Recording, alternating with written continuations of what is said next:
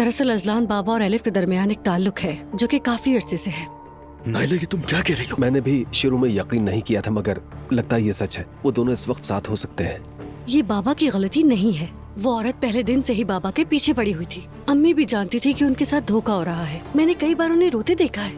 नहीं, ये नहीं हो सकता। बाबा और अलिफ एक साथ नहीं हो सकते, मुमकिन नहीं है। ऐसा हो भी सकता है भाई, नहीं हो सकता। लेकिन ये हुआ है। उस औरत का मकसद घर बर्बाद करना था और वो कामयाब भी हो गई।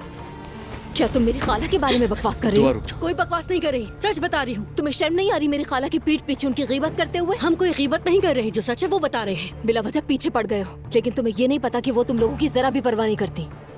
दुआ, खामोश रहो। तुम भी खामोश रहो और शर्म आनी चाहिए तुम्हें भी। सब इकट्ठे होकर यहाँ मेरी खाला की बुराइयां कर रहे हो। ये बात सच है दुआ। तुम बताओ हमें, बाबा नजर क्यों नहीं आ रहे? नहीं आ रहे तो नहीं आ रहे हो। इस बात की क्या दलील है कि वो खाला के साथ है? पागल हो गए हो तुम सब। मैं तंग आ चुकी हूँ तुम लोगों से।